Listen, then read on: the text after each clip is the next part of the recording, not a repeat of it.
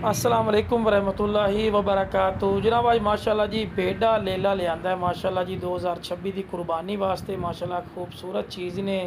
उम्र मेरा बिरा 4 तो 5 महीने माशाल्लाह उम्र है पई। बाकी जनाब जिस बिरा नूं चाहिदा होवे जनाब राबता करके लै सकदे ने।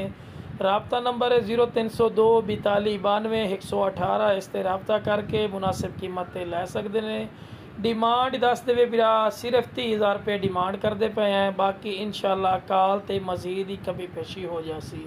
बाकी मेरा बिरा लोकेशन ते आवना चाहो लोकेशन लुडन शहरी ने ज़िला विहाड़ी लुडन मेन अड्डे ते यूबीएल बैंक और पीएसओ पंप के सामने इतने मेरा बिरा आके भी जानवर ले जा सकते हैं। बाकी भाई कार्गो की सहूलत की गल की जाए तो आल पाकिस्तान माशाल्लाह मौजूद है। तो लो बिरा वेखो जी चारा भी खवा के विखा रहे हैं कि तुहानू पता लगे कि सेहतमंद और माशाल्लाह एक्टिव है। और टोर फिर के विखाने का मकसद ये होता है कि तुहानू पता लगे कोई लंगड़ा लूला नहीं, सेहतमंद और माशाल्लाह एक्टिव नहीं। बाकी जनाब जिस बिरा नूं चाहिए जनाब जल्दी राबता करके